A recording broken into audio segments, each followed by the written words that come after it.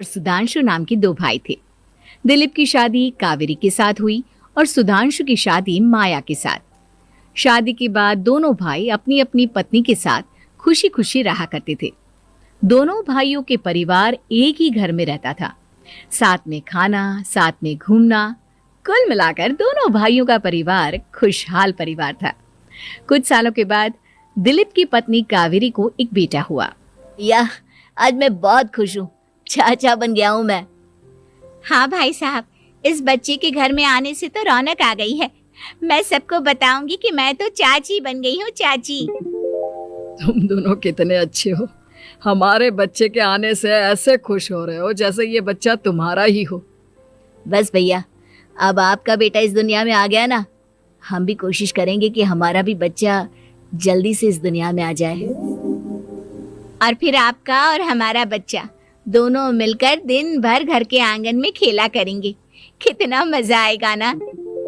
सच कहती हो माया, मैं भी उसी दिन का इंतजार कर रही हूँ जब तुम्हारी भी गोद भर जाएगी और मेरे बेटे को एक छोटा भाई या बहन मिल जाएगी। 1 साल बीत जाता है। दिलीप और कावेरी का बेटा अब 1 साल का हो चुका था, लेकिन सुधांशु और माया की कोई औलाद नहीं होती। माया, लगता है कि हमारी जिंदगी में बच्चे का सुख ही नहीं है। ऐसा क्यों कहते हैं? दिलीप भाई साहब का बेटा भी तो हमारा ही बेटा है ना। तुम्हारी बात बिल्कुल ठीक है माया, लेकिन फिर भी हमारा खुद का एक बच्चा होता तो कितना अच्छा होता।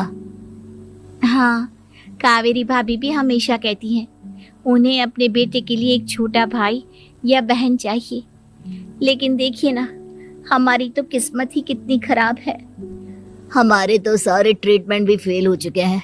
डॉक्टर ने भी साफ साफ कह दिया है कि तुम कभी माँ नहीं बन सकती। वही तो सुधांशु, बहुत बुरी किस्मत है हमारी।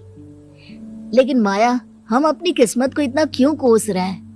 हम दिलीप भाई साहब के बेटे को अपने बेटे की तरह ही प्यार कर सकते हैं ना। हाँ जी, बिल्कुल सच कहा। मैं भी वैसा कर सकती हूँ। चाची हूँ, उसे छोटी माँ का प्यार नहीं दूंगी क्या? कुछ दिनों के बाद दिलीप का एक दोस्त दिलीप से मिलने के लिए आता है। अरे क्या बात है दिलीप, बधाई हो बधाई। और घर तो काफी बड़ा है तुम्हारा। वैसे तुमने अपने बेटे के बारे में क्या सोचा है? भैया, और क्या सोचेंगे, बस उसे पढ़ा लिखा कर अफसर बनाएंगे, उसकी पढ़ाई पर खर्च करेंगे। अरे भाभी, आपकी तो इतनी सारी प्रॉपर्टी है, आपको किस बात की चिंता? ले देकर एक बेटा ही तो है। अरे नहीं दोस्त, तुम गलत समझ रहे हो। इस घर में मैं और मेरा छोटा भाई दोनों रहते हैं। इस घर का आधा हिस्सा मेरे छोटे भाई का है। अच्छा, कितने बच्चे हैं तुम्हारे छोटे भाई के? भैया, उनके साथ ना कुछ प्रॉब्लम है। मेरी देवरानी कभी माँ नहीं बन सकती। अरे फिर किस बात की चिंता? अरे मैं तो कहता हूँ अपने बेटे के भविष्य के बारे में सोचिए ही मत। बस ये घर उसके नाम करवा दीजिए। देखिए, आपके भाई का भी कोई बच्चा नहीं है तो सब कुछ आपके बेटे को ही मिलना चाहिए। लेकिन ऐसा करना क्या सही होगा? अगर उनका बच्चा नहीं है तो क्या हुआ? ये घर आधा उनका है, उनकी जो मर्जी है वो करे। अरे कैसी बात करते हो?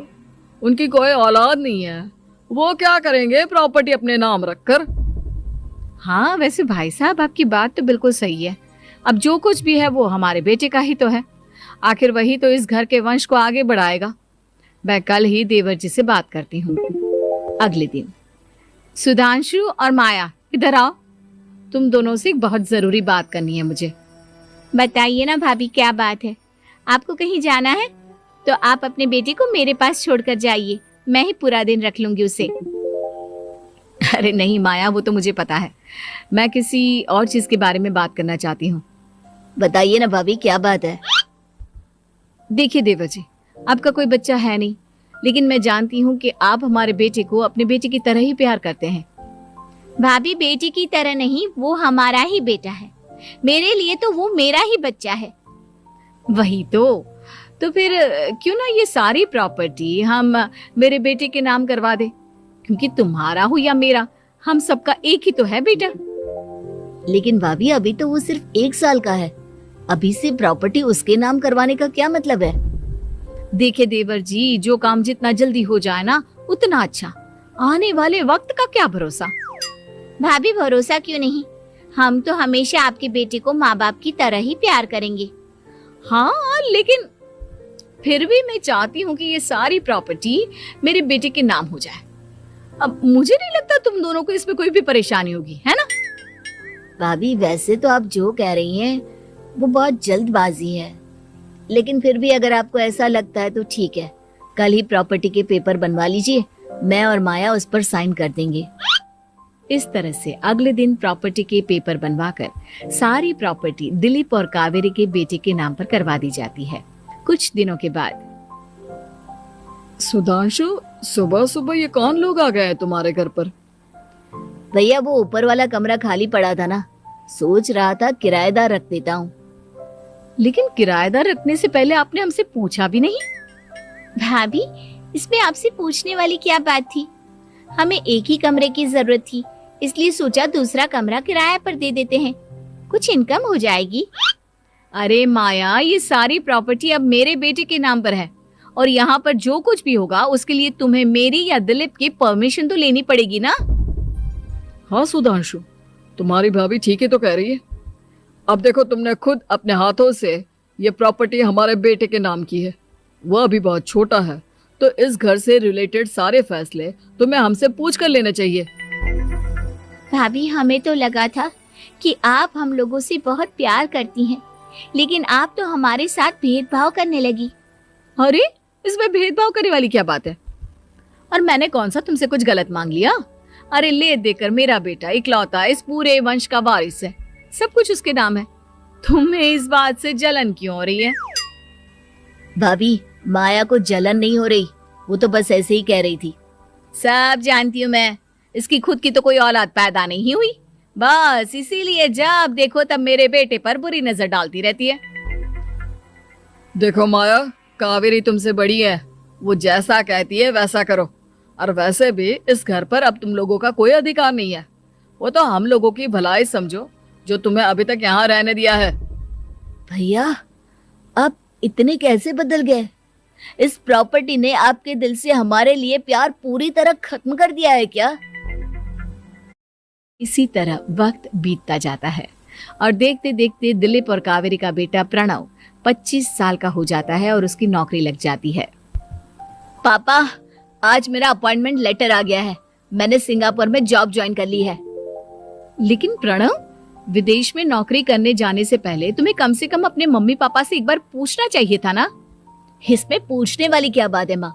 मैं सिंगापुर जाकर जॉब करना चाहता हूँ तो करना चाहता हूँ। देखो प्रणव, हमने तुम्हारे लिए इतनी सारी प्रॉपर्टी यहाँ पर रखी हुई है, उन सब का क्या होगा? यहाँ रहो, बिजनेस करो।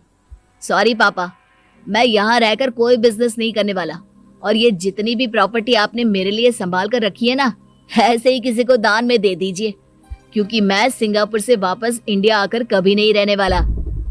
दिमाग खराब हो गया है तेरा, जानता नहीं, तेरी वजह से हमने तेरे चाचा चाची से लड़ाई करके पूरा घर तेरे नाम करवा दिया था। हाँ, तो ऐसा करने से पहले आपको सोचना चाहिए था ना। और मम्मा, मैं तो वैसे भी उस वक्त 1 साल का था, मेरा इस मैटर से कोई लेना देना नहीं है। कैसी बात कर रहा है ये लड़का? अरे तेरी वजह से अपने छोटे भाई से दुश्मनी लेकर बैठा हूं मैंने तो उसे घर से भी निकाल दिया। जानता नहीं तू, बाजू वाले घर में एक छोटा सा कमरा किराए पर लेकर रहते हैं तेरे चाचा चाची, और ये सब मैंने तेरे लिए किया। देखिए पापा, आपने जो कुछ भी किया अपने लिए किया। मैंने आपसे कब कहा था कि मुझे ये प्रॉपर्टी और घर चाहिए? और वैसे भी अपने भाई के साथ इस तरह का बिहेव करके आपने कोई अच्छा काम तो किया नहीं। तू सही कह रहा है बेटा, हमने तेरे चक्कर में अपने छोटे भाई जैसे देवर और बहन जैसी देवरानी को इस घर से निकाल दिया। बहुत बड़ी गलती हो गई मुझसे। ठीक है मॉम, तो अब आप अपनी गलती सुधारो, लेकिन मुझे तो फॉरेन जाना है, मैं वहीं जाऊंगा। अब आगे क्या करना है ये आपका डिसीजन है। और प्रणव सिंगापुर जॉब करने के लिए चला जाता है। कुछ दिनों के बाद जब दिलीप और कावेरी को अपनी गलती का एहसास होता है तो वो सुधांशु के घर पहुंचती है। सुधांशु, माया, हमें माफ कर दो, हमसे बहुत बड़ी गलती हो गई। क्या हुआ भाभी? आज इतने सालों के बाद आप हम गरीब लोगों के घर क्या करने आई हैं? भाभी, हमने तो खुशी खुशी अपने भतीजे को सब कुछ दे दिया, अब हमारे पास कुछ भी नहीं बचा है। भाई मुझसे बहुत बड़ी गलती हो गई, जो तेरे जैसे भाई को मैंने प्रॉपर्टी के चक्कर में घर से निकाला, और जिसके लिए मैंने ये सब कुछ किया वो खुद ही विदेश चला गया। भैया भाभी, जिस बेटे के लिए आपने हम लोगों को इतनी तकलीफ दी, आपस के प्यार को बिगाड़ा, जब वही आपसे दूर चला गया तो आपको इस बात का एहसास हुआ। लेकिन माफ कीजिए, अब हम आपके साथ रहने के लिए उस घर में नहीं आ सकते। नहीं नहीं माया, ऐसा मत कहो, मुझसे बहुत बड़ी गलती हो गई, प्लीज वापस चलो, मैं वो घर फिर से तुम्हारे नाम कर देती हूँ। भाभी, मैं उस घर का क्या करूंगी? किसके लिए? मेरा कोई बच्चा नहीं, मैं तो बस जिंदगी भर आप लोगों के साथ प्यार से रहना चाहती थी, प्रणव को अपने बेटे की तरह प्यार करना चाहती थी, लेकिन आपने मुझसे वो अधिकार छीन लिया। भाभी और भैया, एक सवाल पूछना चाहता हूँ आप लोगों से। जो बच्चा कुछ ही दिन पहले दुनिया में आया हो, जिस बच्चे के भविष्य का आपको पता ही ना हो, उसके लिए अपने पुराने रिश्तों को तोड़ देना, अपने सगे रिश्तेदारों से दुश्मनी मोल लेना, उनके साथ झगड़ा करना, उनकी बेइज्जती करना, क्या ये सही है? कम से कम हमें सही वक्त का इंतजार तो करना चाहिए ना। सिर्फ प्रॉपर्टी के लिए अपने सगे भाई को घर से निकाल दिया, वो भी अपने 1 साल के बेटे के लिए। क्या ये वाकई में सही था? जवाब दीजिए मेरी बात का।